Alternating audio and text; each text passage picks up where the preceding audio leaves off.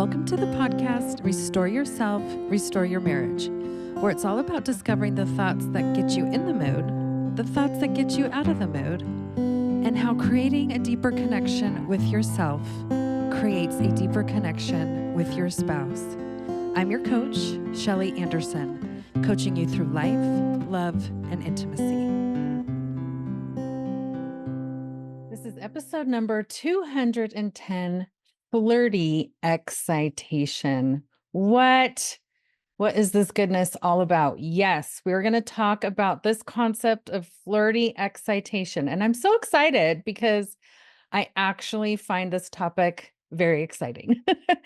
Now, in our last podcast episode, number 209, that was called Nice to Meet You Tantra, we talked about some basic concepts and philosophies about Tantra and how we could easily start to include them in our relationship, in the sexual and intimate relationship that we have with our spouse. This was a fabulous introduction, and I had a lot of comments about it, and it did well, which made me think, you know what, people want to hear more about this Tantra and maybe some of the unique concepts of it. And so today I wanted to dive into one concept in particular. And we're going to talk about this idea of personal transformation. That is a big component and philosophy of Tantra, is that it's not just something, intimacy is not just something you do with your spouse or for your spouse, but that there is personal growth and development as part of the experience, as part of the process. And I really love this. And I think it's so important and so valuable. And we can't underestimate the power that this personal transformation can have on the sexual experience in and of itself. So with personal transformation, we're supposed to transcend the ego, right? That means we're supposed to look at ourselves, look at our stubbornness, look at our pride, our thoughts that keep us held back, the thoughts that maybe take us down a road where we are monsterizing or horribilizing our spouse, the things that really keep us back from moving in a positive direction to improve intimacy. We have to transcend that, not stay stuck in it, and definitely not hold on to those negative thoughts, those negative philosophies that really keep us from connecting on a deeper level with our spouse in the realm of intimacy. And so this means we have to be able to achieve our own self-realization. We have to challenge ourselves. We have to look at those thoughts, look at those negative philosophies that are out in the world, right? The things that we grow up in, the concepts that are kind of forced down our throats from the media or from just the lack of complete and correct education. And we have to be able to increase our own awareness of where we fall with the false things that are out there in the world. Are we falling victim to them? Because when we have awareness that perhaps we are stuck with some of those old, incorrect, incomplete ideals, it could really be wreaking havoc on our intimate relationship. And then also part of this concept of personal transformation, we get to experience and seek to experience a state of oneness, first with ourselves, second with our spiritual beliefs, third with our spouse, and then fourth with the sexual experience. What is our relationship with the concept of sex? What is our relationship with the sexual experience? And what have we done ourselves to move through that, move past it, improve it for ourselves, not just for our spouse, but for ourselves? So when I start working with a client or with a couple, I love to ask them this question: what system are you using for intimacy and for the sexual experience in your marriage, in your relationship? What steps are included? Can you name the steps? what order do the steps go into? Usually there's just a pause, there's a little bit of silence, and the answer usually comes back none. Like, there is no system. Is there a system? If there is, I didn't know about it. And I'm like, oh, shoot, we're in trouble, right? Because this usually is where we start to fall into some of the traps that are created out in the world. We don't have a system to follow that accounts for all the crap out there. And so I wanted to bring this up. And I've talked about this before, but I thought in case I haven't done the visual in a while, it would be good to bring it back up. We're going to talk about, for just a second, this huge gap in our testosterone levels, right? The husband's testosterone level, the wife's testosterone level, because they are nowhere near each other. And this is like natural. It's normal for our testosterone levels that drive to be sexual. They're not the same. They are very different. So look at this.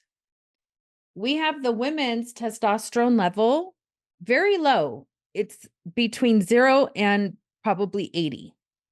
And then we have the men's, who's much higher, starting at 800 nanograms per liter. Now, this leaves a big gap here in the middle. There is a huge gap here. How are we solving for this, right? It is natural and normal for a husband with those testosterone levels to desire and seek sex often. And at the same time, it is natural and normal for a woman with her normal testosterone levels to not seek sex and intimacy at the same level as her husband. We have opposite levels. And so we have this huge gap that needs to be bridged, and nobody knows how to do it. But it needs to happen. We need to bridge this gap. And so this is where we need to use a system for sex. If you don't know what that is, you probably need to sign up for one-on-one coaching with me or sign up for my course through my website, because this is what we talk about. This is my work, to be able to talk about using a system to bridge for this gap. So it's not hard to do when you know that there's a system, there's an order, there are steps. And if you just follow them, it bridges the gap, right? It doesn't turn the man into a woman, and it doesn't turn the woman into a man, right? We're not changing biology. But once we use a system, we are able to bridge that gap. How do you know if you're stuck in this type of trap, right? Probably you're going to have a lot of shoulds in your mind, right? Husbands are going to be like, I'm married. I should be able to have sex as much as I want. I should be able to go to my wife for my sexual needs as much as I desire it. And on the opposite end, a wife is going to be like, yeah, I should be able to say no if I'm not feeling it. I should be able to be in charge of my own body. I should be able to say, sometimes I'm feeling it and sometimes I'm not. That's probably a good indicator that you are feeling this trap of opposing testosterone levels, and that you're going to need a system to bridge that big gaping gap. Now, something that's also a challenge, right, is that ego, that pride. If we can get our pride and that ego to take a back seat by saying, hey, this gap exists. Let's not pretend it doesn't exist. We have to actually acknowledge that that gap exists. There has to be an acceptance of reality there. That is putting the ego aside and then saying, okay, if that gap is real, if that exists, now what do we do about it? That is a beautiful step. It's a beautiful place to be. Then we can move into this self-realization of tantra, right? Now, this can be super fun. Yes, talking about opposing libidos and sex drives can seem daunting and serious. It doesn't mean it can't be fun, right? Why not make this stuff fun? Tantra invites us to step into fun, to step into ourselves a little bit more, and to enjoy the process. It asks us to step into what we can truly become in the sexual realm and what we can experience, the beauty of intimacy, not the lower, less mature form of just animalistic sex, but the higher conscious level of really beautiful intimacy as a spiritual, sacred being. What? Yes, Tantra invites us to do that.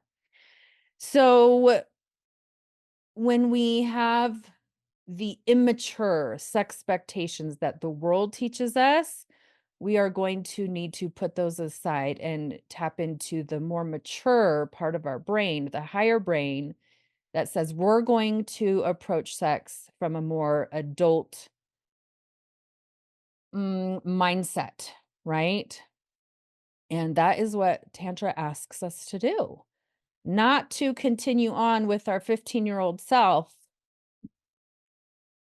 when it comes to intimacy, but to say, I'm an adult now. It's time to think about things from a more mature and more adult approach. And that means we got to live in reality. So, we part of that process is going to be saying it's time to close the chapter of my childhood thoughts and dreams and ideals or beliefs and say, you know what, that chapter served me super well as a child and as a young adult. But now that I'm married, I'm in a mature relationship, it's time to start a new chapter that allows for me to explore this side of myself in a way that is mature and adult like. So, Tantra invites us to generate and create our own desire for intimacy. Now, for men, this is fairly easy, right? Doesn't take much effort because of your high testosterone levels. For women, because our testosterone levels are lower, it is a different process for us. We have to bridge that gap and we have to do it in ways that don't rely on the high level of testosterone. This is why we need the system of sex. This is why we need a bridging experience. And Tantra invites us to learn about that and to get on that bridge. And so we have to learn how to create our own desire, our own libido in ways that do not rely on our testosterone levels, because that's not going to cut it. So this is why consciousness, higher level of consciousness, becomes so important for female arousal and desire for intimacy. We've got to use our brains. Remember, the brain is the first sex organ. If we don't allow our brains to jump on board and have better thoughts, more meaningful thoughts, more sacred or spiritual thoughts, or even more fun and playful thoughts about intimacy, it's going to be very hard to bridge that gap. So Tantra invites us to do this for ourselves first so that we can grow and develop and then share that fun state of being with our spouse. But we have to be doing it for ourselves first. When couples come to me and they're struggling, it's because they've only, especially for the wife, they've only been having sex for their spouse out of pity or out of duty, or they don't want to rock the boat, and stir things up in a negative way. But that's not really a good enough reason for them to be involved in intimacy. And then they usually end up hating being intimate. So Tantra invites us to take a totally different approach where we're doing it for ourselves and not for our spouse. Tantra invites us to generate, to create, to gather, collect, increase, build that sexual energy. And then while you're in it, then start making some fun decisions about what we're going to do when we're feeling that desire, when we're feeling it vibrate in our bodies. This is so fun. So this brings us to this concept of flirty excitation. Tantra makes a very clear distinction between the concept of excitement and excitation. And I remember as I was learning about this, I was like, I've heard this word excitation in a song before. Like, where is it coming from? And I had to go back into my brain and be like, this is a Beach Boys song. You guys remember the song Good Vibrations by the Beach Boys? Where they say, I'm picking up good vibrations. She's giving me excitations. And I was like, oh, the Beach Boys knew. They got it. They were nailing it. They didn't say, like, I'm excited, I'm aroused. They used the word excitation, which I just find so fascinating. And not only that, they're saying that the woman is like a huge part of this. It's not just like her being a stagnant person, not having a role to play, or that like they're just looking at her and then they're just like totally turned on. Like she is involved, right? She has a part to play and she is actively involved in it and she can give it. She can generate it and then she can give this excitation. So let's talk about this distinction in Tantra. What they say is excitement is something that arouses enthusiasm or eagerness. Now, this is great. This is part of being aroused, right? But it's not the only part and it's not the end goal in and of itself. So it's important that we're going to learn this distinction.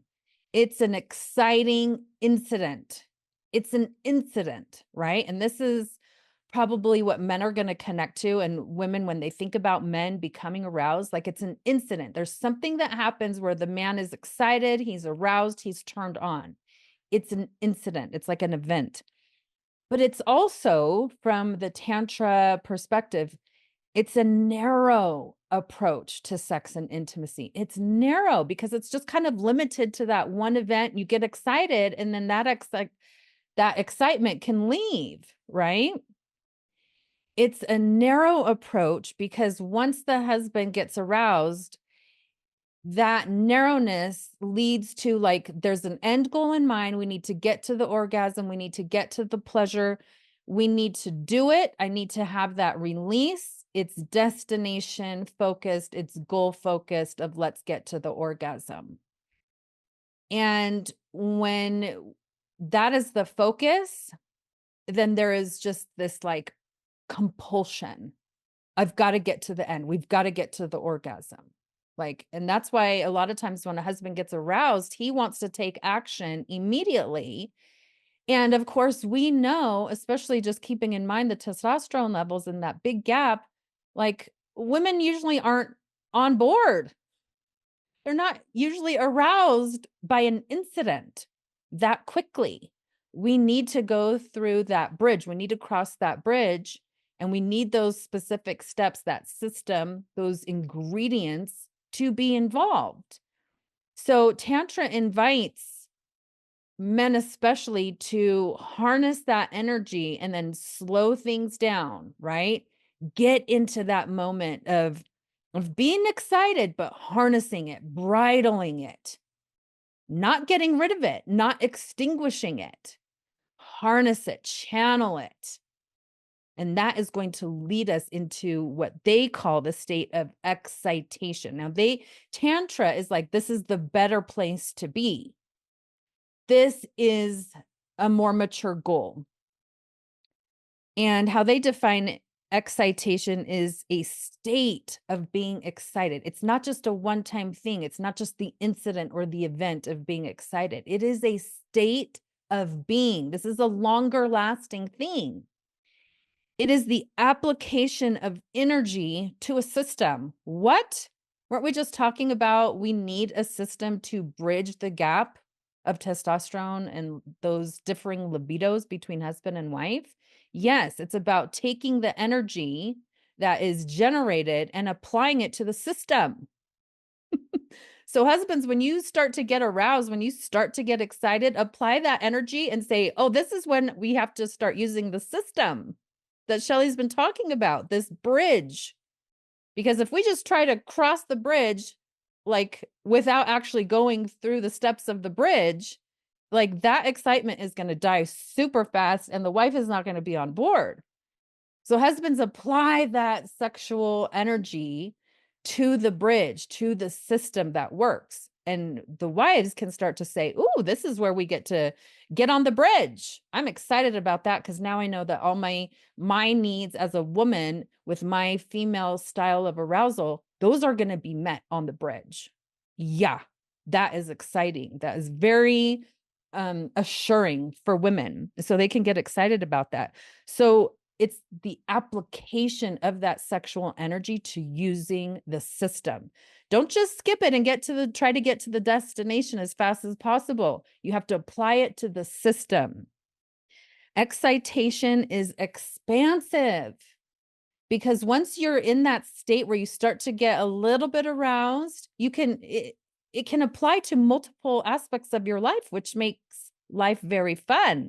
You feel very alive when you're in that state of being, not just like a one-time event, but you're able to harness that energy and say, let's stay in this state of excitation. And all of a sudden, you're harnessing that sexual energy that starts to build up and you ride that out. You're like, this is a ride. This is a wave that we're getting on. Let's see what this is going to feel like. Let's experiment with this. It is a state of aliveness. I love that this is part of the definition, right? Because sometimes we may feel like we're stagnant or that our sex life is boring or it's not fulfilling.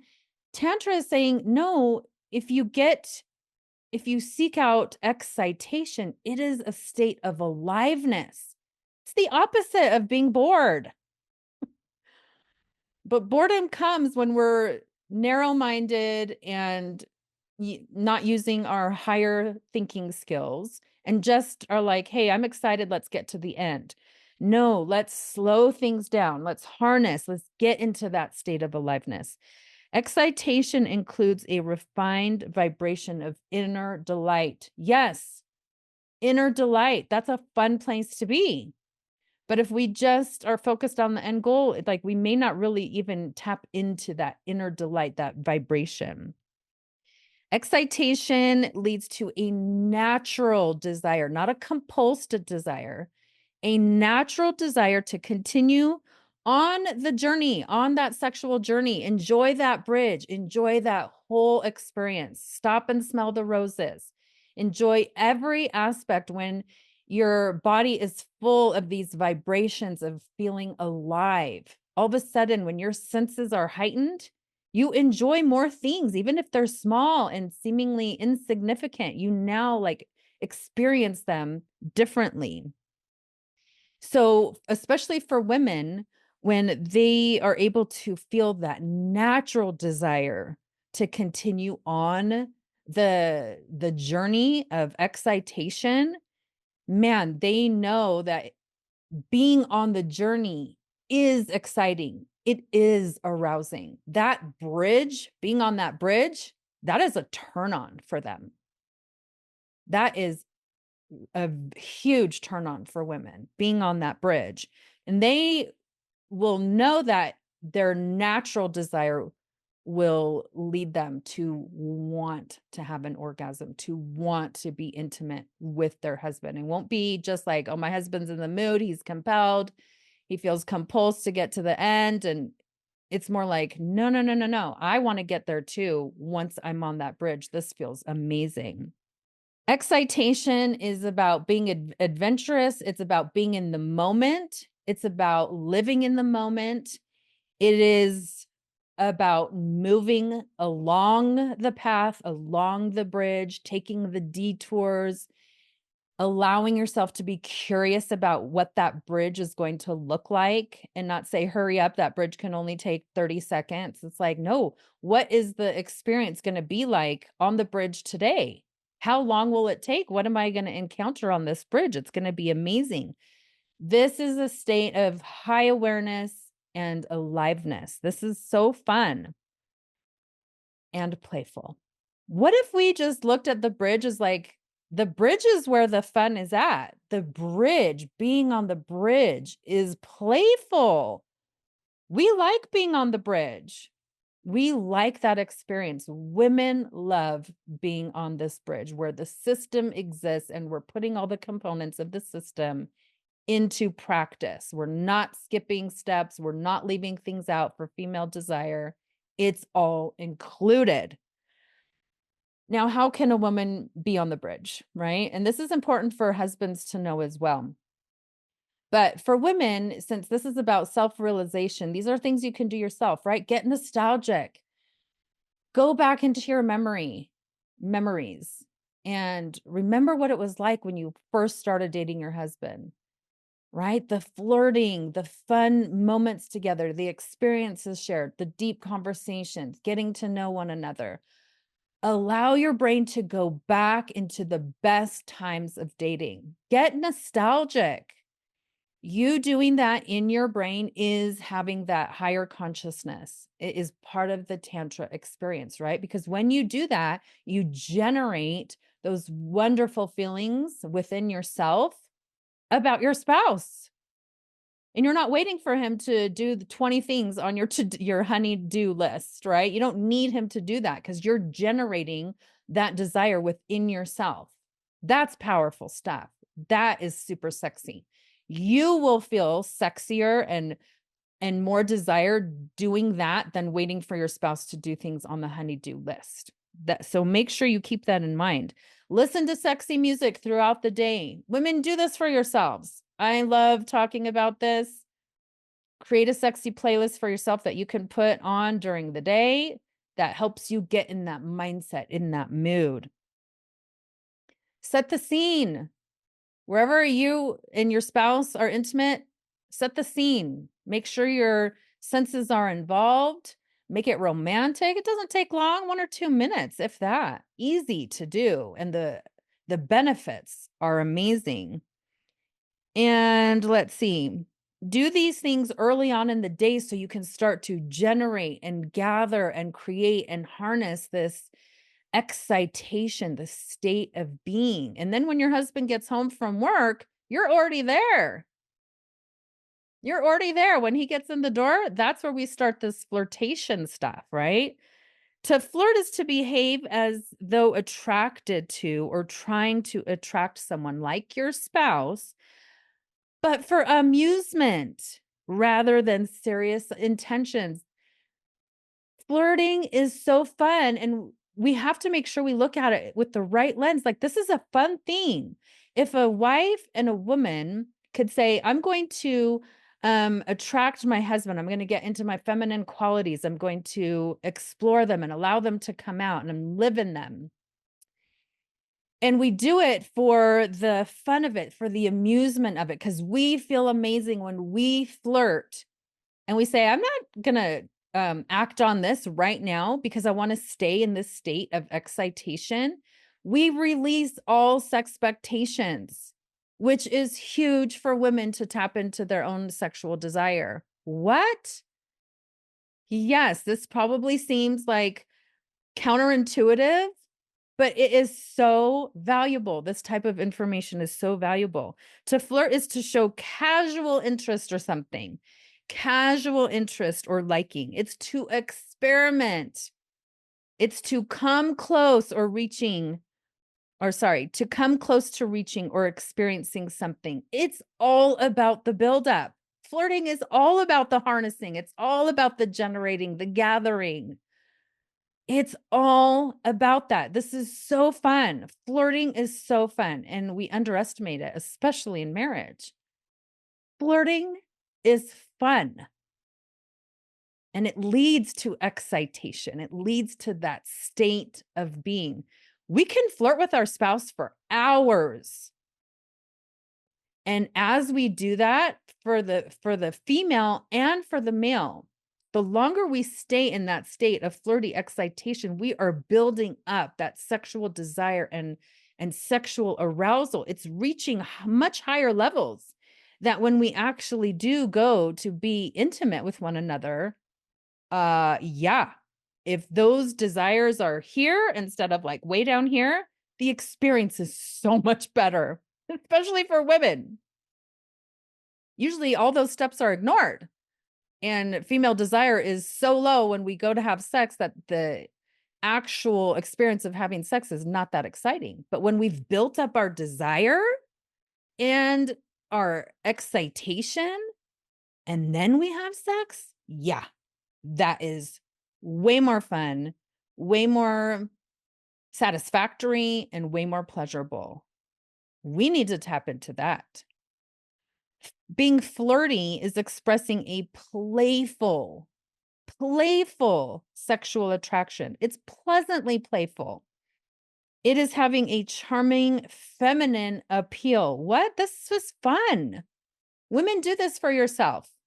Tap into your feminine qualities that you love to feel.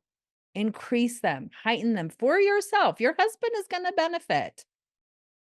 But do it for yourself because that feels amazing for you. So let's do some more flirting this week. And let's get into that state of flirty excitation. Because remember, the more you restore this type of intimacy with yourself, the more you restore it with your spouse. Thank you so much for listening today, and I hope you will join us again next time.